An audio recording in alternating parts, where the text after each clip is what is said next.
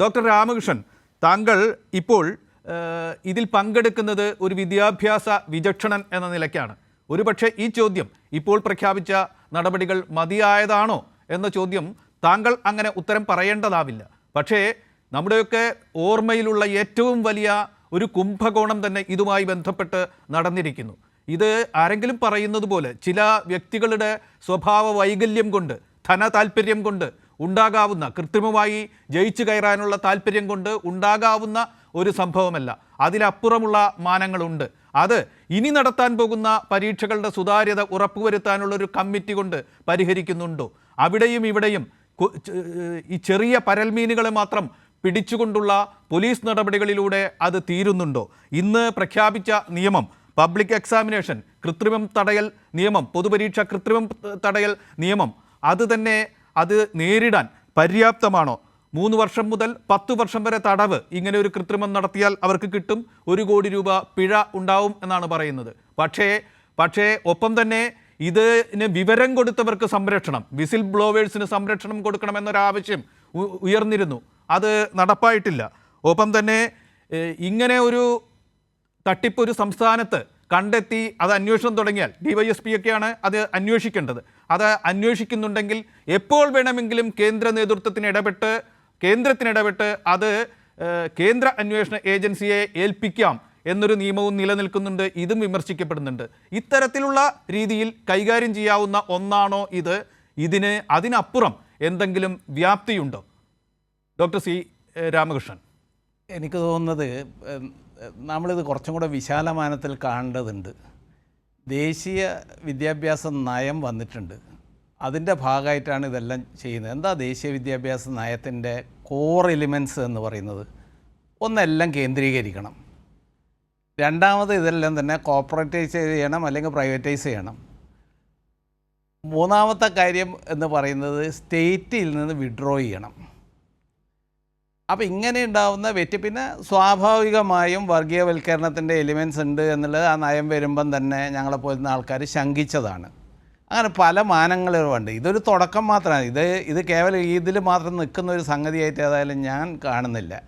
അപ്പോൾ അങ്ങനെ വന്നാൽ ഈ പ്രധാനപ്പെട്ട 4 തൂണിൻ്റെ മേലെ നിൽക്കുന്ന ഒരു ദേശീയ വിദ്യാഭ്യാസ നയത്തിൻ്റെ ഉള്ളിൽ ഇത് സ്വാഭാവികമാണ്. ഇതെന്താ അതിൽ കാരണം NTA എന്ന് പറയുന്നത് എന്താണ്? അതൊരു അക്കാദമിക് ബോഡി അല്ല.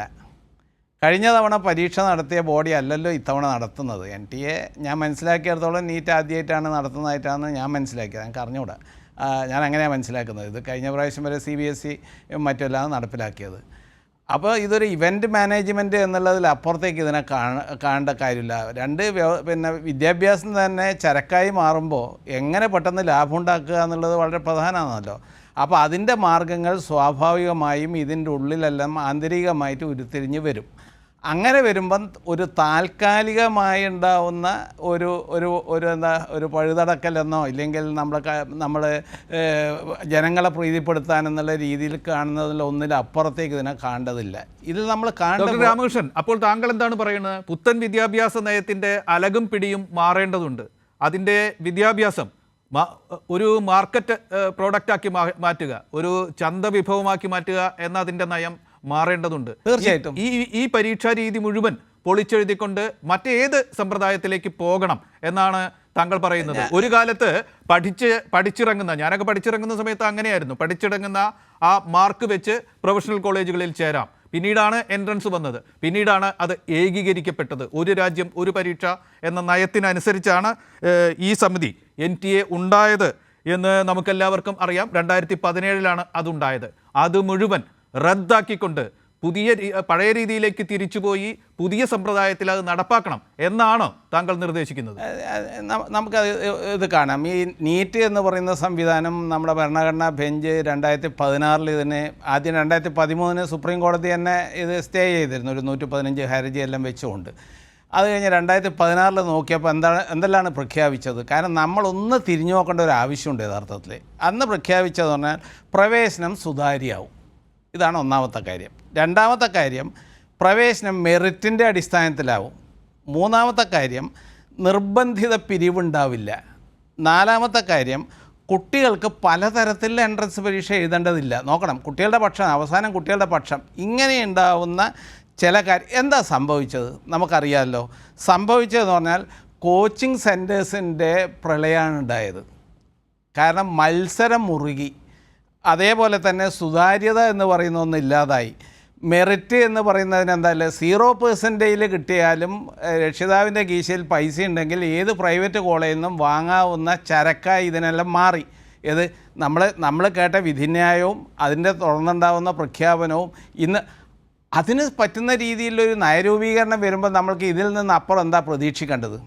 ഇതാ ബേസിക്കായ പ്രശ്നം. അതാണ് ഞാൻ പറയുന്നത്. ഇതിൻ്റെ ഇത് കേവലം ഒന്ന് സംഭവിച്ചു പോയത് എന്നുള്ളതല്ല.